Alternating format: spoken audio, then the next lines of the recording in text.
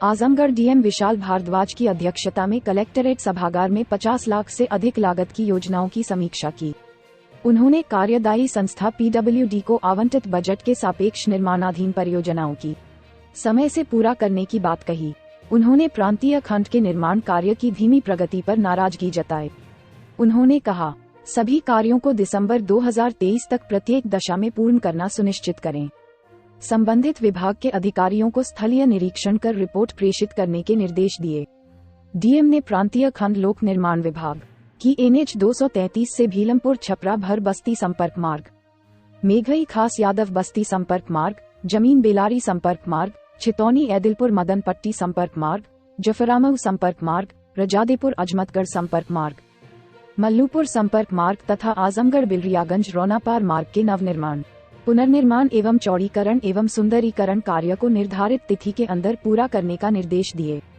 PM सड़क योजना इसी माह करें पूरा। डीएम ने 50 लाख से अधिक लागत की प्रधानमंत्री ग्राम सड़क योजना की समीक्षा करते हुए कहा, 80% से ऊपर पूरे हो चुके कार्यों को इसी महीने के अंदर पूरा करना सुनिश्चित करें।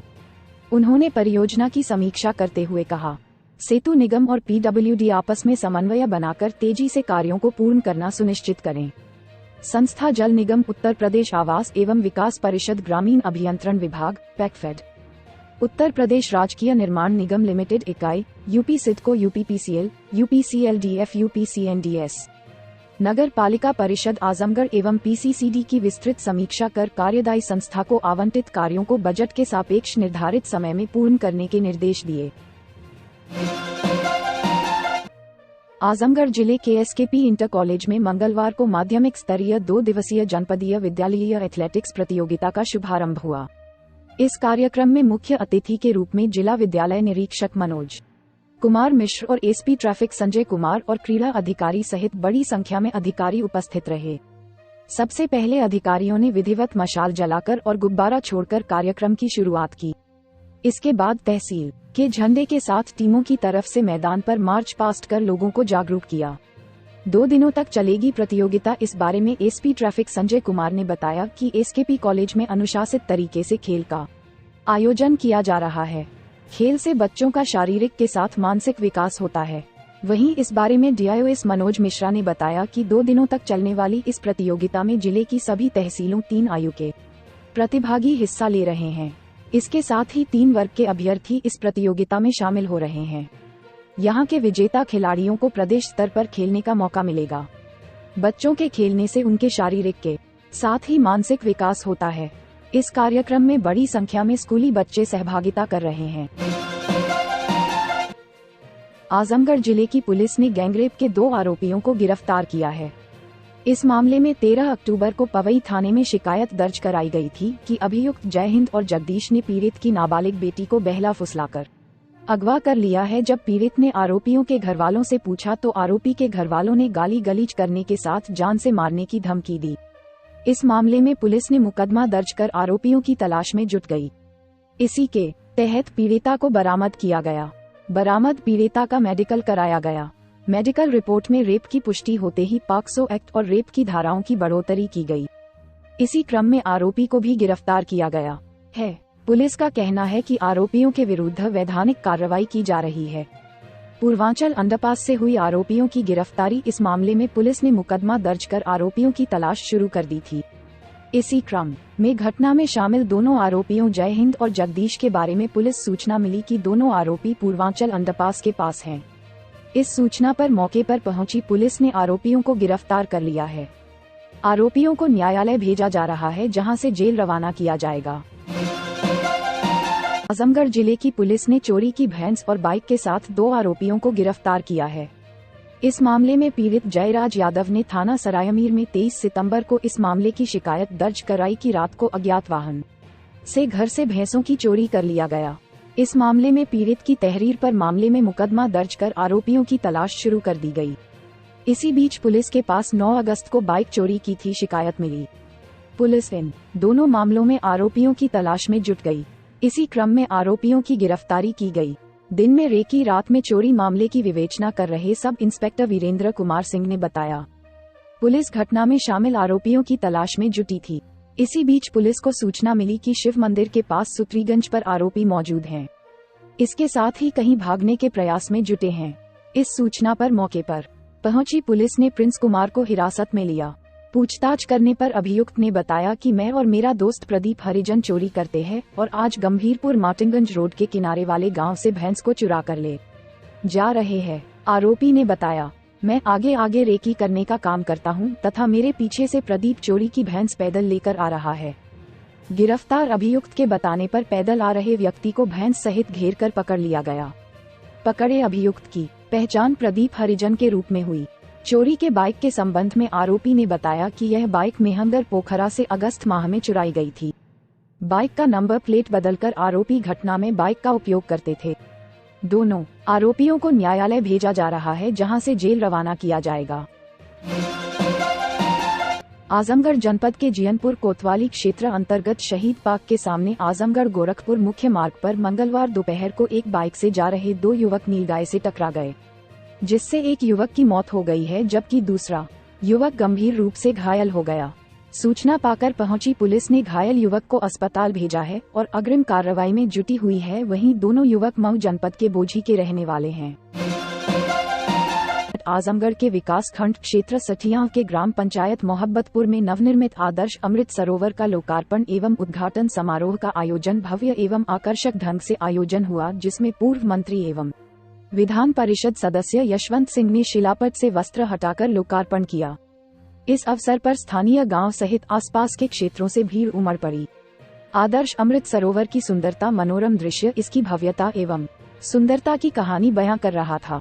कार्यक्रम का शुभारंभ मंत्रों उच्चारण करके पूजा अर्चना के साथ किया गया। समारोह के मुख्य अतिथि पूर्व मंत्री एवं विधान परिषद सदस्य यशवंत सिंह ने शिलापट पर लगा वस्त्र हटाकर लोकार्पण एवं उद्घाटन किया। इसके बाद सरोवर का अवलोकन किया, जिसमें सरोवर का फव्वारा व सरोवर हंस नवका इसकी सुंदरता को और बढ़ा रही थी। पास ही ओपन भी स्थापित किया गया है। मुख्य अतिथि ने कहा कि इस तरह का अमृत सरोवर जनपद ही नहीं बल्कि पूरे प्रदेश के हर विकास खंड आदर्श अमृत सरोवर का निर्माण कराया जाना चाहिए। आदर्श अमृत सरोवर जहां जल संचयन का स्रोत है, वहीं स्वच्छ परिवेश, शुद्ध ऑक्सीजन जो आज परिवेश स्वास्थ्य के लिए अति आवश्यक है। आज इस आदर्श अमृत सरोवर का लोकार्पण करते हुए मुझे जो सुखद अनुभूति हो रही है वह बयान नहीं की जा सकती है। कार्यक्रम में विशिष्ट अतिथि रहे विधान परिषद सदस्य विक्रांत सिंह ऋषु ने कहा कि इस आदर्श अमृत सरोवर से सबको प्रेरणा लेकर इस तरह कार्य करना चाहिए। इस सरोवर के निर्माण में जिन लोगों ने भी निर्माण में सहयोग किया वह सभी बधाई के पात्र। खंड विकास अधिकारी कविता तिवारी ने कहा कि सरकार और शासन की मंशा के मुताबिक ये कार्य हुआ है। मैं चाहूंगी कि इस तरह कार्य करें और मुझसे जो भी सहयोग हो सकेगा मैं करने को तैयार हूं। कार्यक्रम में आए हुए अतिथियों को मोमेंट व अंग वस्त्र देकर सम्मानित भी किया गया। कार्यक्रम की अध्यक्षता ब्लॉक प्रमुख सरिता अरविंद सिंह ने किया व संचालन एहसान अहमद ने किया। आजमगढ़ के अहौला थाना क्षेत्र के शंभूपुर में 12 अक्टूबर को हुई मारपीट की घटना में अधिवक्ता व उनके परिवार पर मुकदमा दर्ज होने और अधिवक्ता के पक्ष की सुनवाई न होने को लेकर दीवानी बार एसोसिएशन के अध्यक्ष प्रभाकर सिंह के नेतृत्व में अधिवक्ताओं का प्रतिनिधिमंडल मंगलवार को दिन में 12 बजे एसपी ऑफिस पहुंचा। एसपी अनुराग आर्य से मामले में अधिवक्ता पक्ष की तरफ से भी मुकदमा दर्ज करने की मांग की गई। दीवानी बार एसोसिएशन के अध्यक्ष प्रभाकर सिंह ने कहा कि 12 अक्टूबर को अहौला क्षेत्र में अधिवक्ता महेंद्र प्रताप सिंह और उनके पड़ोस में रह रहे उनके भाइयों में ही मारपीट हुई थी। दोनों पक्षों को चोट आई थी। दूसरे पक्ष की तरफ से अधिवक्ता और उसके परिवार के ऊपर मुकदमा दर्ज हो गया, लेकिन अधिवक्ता पक्ष की तरफ से एफआईआर नहीं दर्ज हुई। इसी को लेकर अधिवक्ताओं ने एसपी से मुलाकात की है। आजमगढ़ के पुलिस अधीक्षक अनुराग आर्य ने मंगलवार को कार्यालय पर बताया कि जनपद में मूर्ति पंडाल पर सुरक्षा व्यवस्था को मजबूत बनाए रखने को लेकर आयोजकों के साथ बैठक कर उनको तमाम गाइडलाइन बताए गए हैं। इसके अलावा मूर्ति पंडाल पर जाकर भी जानकारी दी जा रही है। वहीं मिशन शक्ति अभियान के अंतर्गत महिला पुलिस कर्मी शाम को मूर्ति पंडाल का भ्रमण कर रही हैं। वहां आने जाने वाली महिलाओं को शासन की तमाम योजनाओं के साथ हेल्पलाइन नंबर के बारे में जानकारी दी जा रही है। एसपी अनुराग आर्य ने बताया कि पंडाल के आयोजकों को फायर सेफ्टी के लिए बताया गया है। पानी और बालू के साथ फायर एक्सटिंग्विशर भी रखने को कहा गया है। रात में 2 वॉलंटियर रहेंगे जो पुलिस व होमगार्ड का सहयोग करेंगे। इसके अलावा विद्युत से सुरक्षा को लेकर भी बताया गया है। सीसीटीवी कैमरे ज्यादा से ज्यादा लगाने को कहा गया है और भीड़ को रेगुलेट करते रहने को कहा गया। पंडाल में 2 गेट बनेंगे, एक एंट्री का और एक एग्जिट का। मंगलवार को एसडीएम के नेतृत्व में ड्रग इंस्पेक्टर ने टीम के साथ कई दवा की दुकानों में छापे मारे।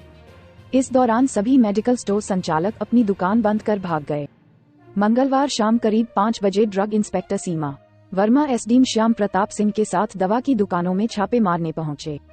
सामुदायिक स्वास्थ्य केंद्र के सामने स्थित मेडिकल स्टोर में जैसे ही छापे की कार्रवाई शुरू हुई तो मेडिकल स्टोर संचालकों में हड़कंप मच गया और सभी मेडिकल स्टोर संचालक अपनी दुकानों के शटर बंद कर भाग खड़े हुए।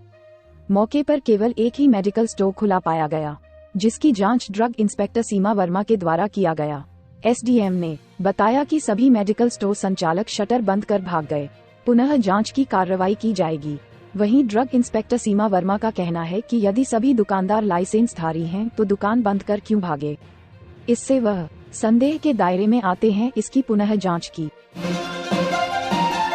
थाना निजामाबाद में दोहरे हत्याकांड के अभियोग में वांछित 50,000 का इनामिया अभियुक्त गिरफ्तार किया गया है।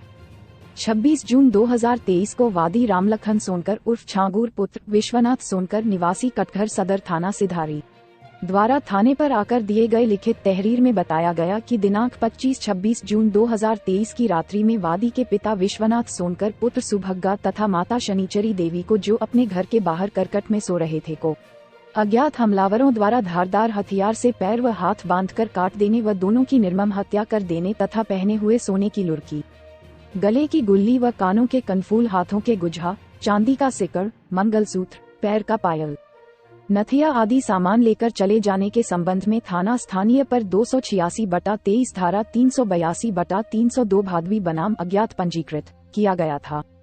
पूर्व में दिनांक 7 सितंबर 2023 को मुकदमा उपरोक्त में अभियुक्त नसीम उर्फ लबू पुत्र दिलशर निवासी कोटिला थाना रानी की सरायम आजमगढ़ की गिरफ्तारी की गई है तथा अभियुक्त जुबैर उर्फ वकील पुत्र इस्तेखार निवासी बहौर थाना मुबारकरपुर को जहानागंज पुलिस द्वारा दिनांक 7 सितंबर 2023 को पुलिस मुठभेड़ में गिरफ्तार किया गया है तथा दिनांक 5 अक्टूबर 2023 को अभियुक्त सुफियान उर्फ हुसन उर्फ जग्गू पुत्र इल्ताफ निवासी कोटिला थाना रानी की सराय तथा दिनांक 6 अक्टूबर 2023 को अभियुक्त इरशाद उर्फ हौदा पुत्र मुमताज निवासी कोटिला थाना रानी की सराय की गिरफ्तारी एसटीएफ टीम लखनऊ द्वारा की जा चुकी है। दिनांक 15 अक्टूबर 2023 को प्रभारी टीम एसटीएफ शाहजादा खां, ज्ञानेंद्र सिंह, दिलीप कश्यप, रवि शंकर सिंह, मुतैना एसटीएफ फील्ड यूनिट वाराणसी के द्वारा मुकदमा उपरोक्त में वांछित पुरस्कार घोषित अभियुक्त हारिस उर्फ छोटू पुत्र अब्दुल अजीज निवासी मुड़ियार थाना फूलपुर को पनवेल रेलवे स्टेशन नवी मुंबई महाराष्ट्र से गिरफ्तार किया गया।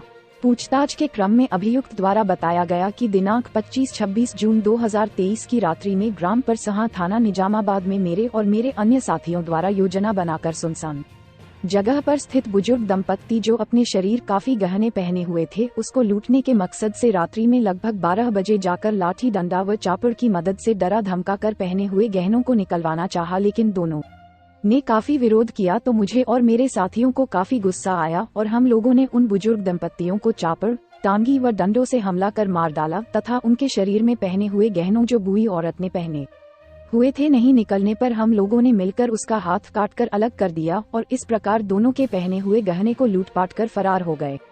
अभियुक्त उपरोक्त से और कड़ाई से पूछताछ करने पर अभियुक्त ने बताया कि दिनांक 12 अगस्त 2023 को हम लोग पिकअप वाहन से रात्रि में चोरी करने जा रहे थे। शुभी नहर पुलिया के पास थाना जहानागंज के 2 पुलिस वाले ड्यूटी कर रहे थे। उन्होंने चेकिंग के लिए हाथ दिया तो हम लोग पकड़े जाने के डर से उन्हें मारने की नियत से उनके ऊपर गाड़ी चलाते हुए फरार हो गए। इसमें मैं और वही मेरे 5 साथी थे जो बुजुर्ग दंपत्ति की हत्या में शामिल थे। अभियुक्त के विरुद्ध अग्रिम विधिक कार्यवाही न्यायालय किया जा रहा है। गिरफ्तार अभियुक्त का चालान माननीय न्यायालय किया गया। आजमगढ़ के बरदह थाना के खमौली निवासी पीड़ित ने मंगलवार को दिन में 11 बजे एसपी ऑफिस पहुंचकर न्याय की गुहार लगाई है। पीड़ित के अनुसार वह दुबई कमाने गया था, लेकिन पुलिस ने उसकी गैर मौजूदगी के बाद भी उस पर 107 की धारा लगा दी और उसको जबरन दुबई से यहां बुलवाकर उत्पीड़न किया जा रहा है। इसलिए वह यहां पर एसपी से गुहार लगाने आया है कि मामले में कार्रवाई की जाए। खमौली निवासी शहनवाज आलम ने कहा कि वह बहुत गरीब आदमी है, किसी प्रकार से पैसे का जुगाड़ कर काम करने 29 जुलाई 2023 को गया था, लेकिन 7 अगस्त को जमीनी विवाद में उस पर पुलिस ने धारा 107 लगा दी। घर वालों से नंबर लेकर व्हाट्सएप पर कॉल कर बार बार बुलाया गया। जब वह यहां आया तो पुलिस ने उसको धमकी दी और पैसे की डिमांड की। पुलिस के चलते उसकी करीब 2 महीना ही दुबई में रहना पड़ा। यहाँ पर रास्ते का विवाद है। विपक्षी रास्ता नहीं बनने दे रहे हैं। जब भी वह प्रार्थना पत्र दे देते हैं, उसके खिलाफ धारा 107 लगा दी जाती है।